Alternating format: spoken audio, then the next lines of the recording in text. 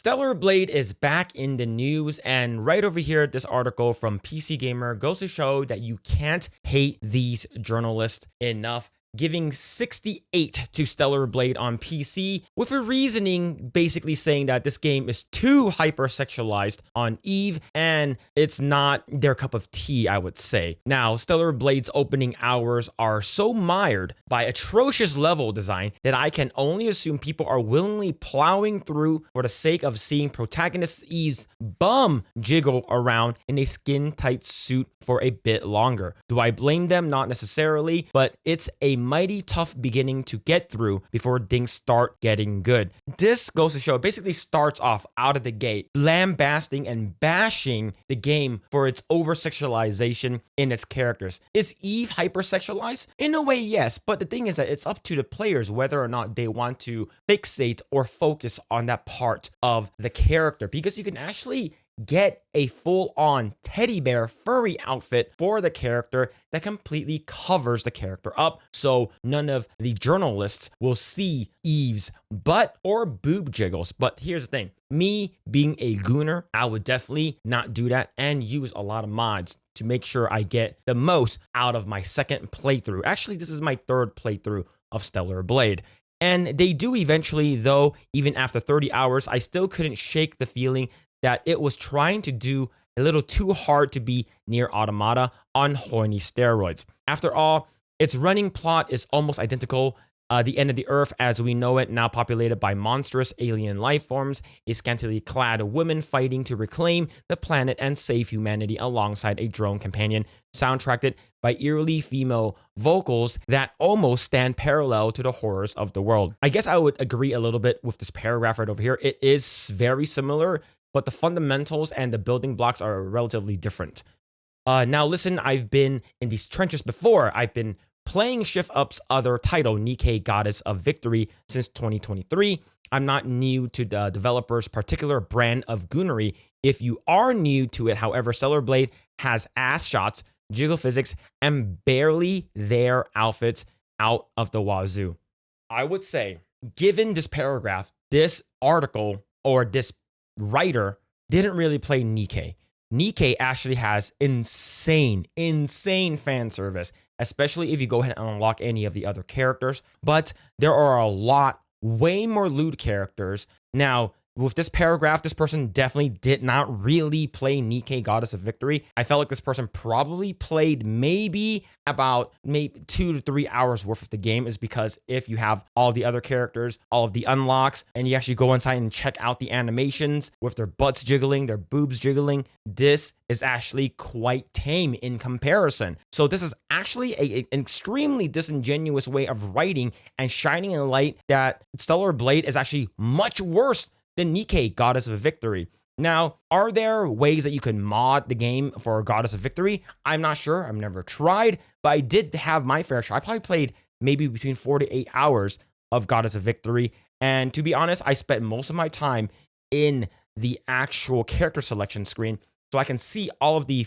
fine animation that is in that game. But yes, I feel like this person is getting very, very upset, giving it a 68. And I believe that PC Gamer gave Dragon Age the Veilguard a higher score than Stellar Blade. But I believe this game is actually quite tame compared to what other game Molly Taylor is actually cooking up right over here. Date everything, turns everyday household objects into gorgeous love interests, and now I can't look at my refrigerator the same way. This is the same writer, basically wanting to have intercourse with inanimate objects that are now turned into actual characters.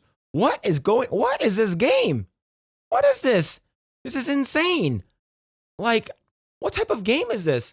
I can't say I've ever looked at one of my inanimate objects in my apartment and thought about taking it for dinner and a movie. But Date Everything suddenly has me questioning my limited worldview by asking, what if a record player was actually a gorgeous 1920s flapper?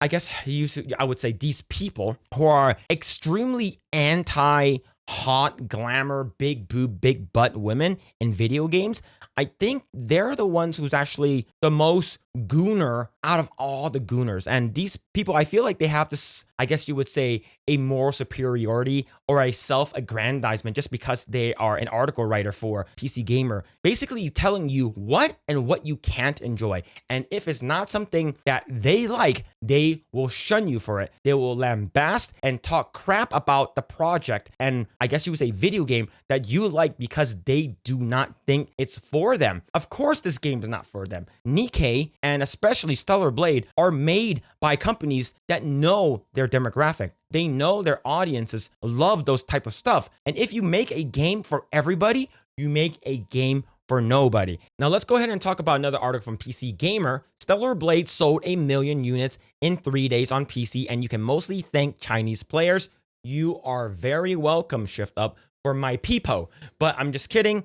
Overall, I think this game is really good, and it definitely shows that these Chinese players do want to play a game with a hot protagonist in it. A lot of games that come out of China, especially their gacha ones, are filled with a ton of attractive female characters such as Zenless Zone Zero, Honkai Star Rail, and Genshin Impact. But I feel like Stellar Blade is one of those games that the media does not like, and they're doing their darndest to make sure that nobody plays their game. Unfortunately, that did not work. Case in point, right over here from IGN, I believe this was last year.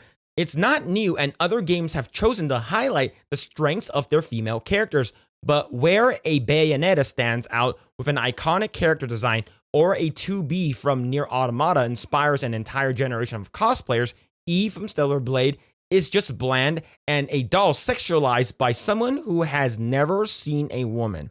And if you guys didn't know, IGN actually need to retract this article and apologize is because the CEO's wife is actually one of the artists that worked on the game, and this is their apology. Recently, IGN France produced and published a preview of Stellar Blade containing an offensive passage that should never have been kept. The text has now been edited, and here is our official apology to Shift Up Corporation studio staff. Please note that IGN France is an independent branch of IGN and that IGN's editorial staff had nothing to do with this incident. The original text of the Stellar Blade preview contained comments that were out of place. While it was never our intention to disrespect Shift Up or any of its employees of their work, we recognize that the phrase taken in its literal sense was inappropriate and we regret it. To anyone at Shift Up Corporation who felt personally targeted and insulted by this passage, we are truly sorry and sincerely apologize. This is absolutely insane. I've never seen a game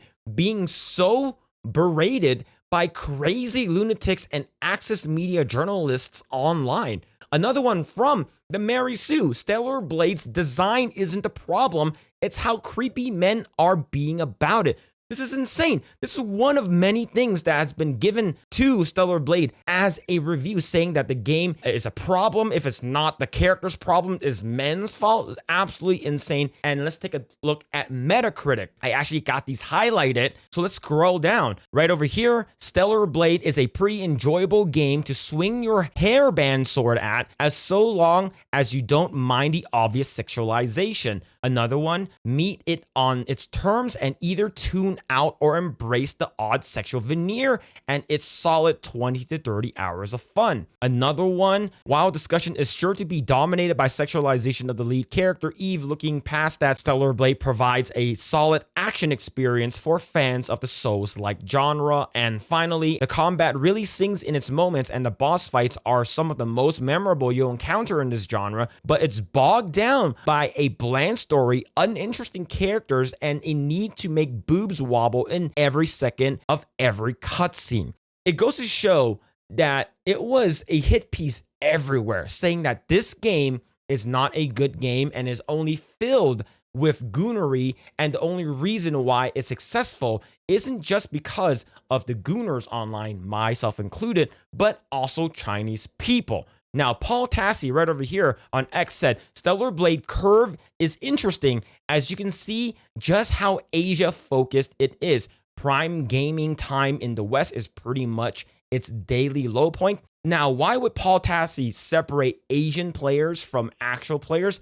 goes beyond me. I don't understand. Maybe my slanted eyes will probably not be able to read between the lines because we're probably only good at math. But looking at all the articles that's from last year to even this year of how much hate Stellar Blade has gotten, and despite all of that, Stellar Blade has sold over 1 million copies in just 3 days and 3 million copies in just 1 year. And I also heard that Kim Hyung-tae actually bought his entire team, the entire company, Nintendo Switch 2s. And I also heard that he acquired a dev kit for the Nintendo Switch 2, potentially making Stellar Blade on Switch 2. If that does actually happen, I think the game will actually sell another 1 million copies. I don't know. What do you guys think about this? Do you think I'm looking way into it? Do you think that Stellar Blade actually deserves all of the backlash that's been getting from journalists? Are you excited for Stellar Blade potentially coming to the Switch 2? Sound off in the comments down below. Like, share, subscribe to this channel, and we will see you guys next time.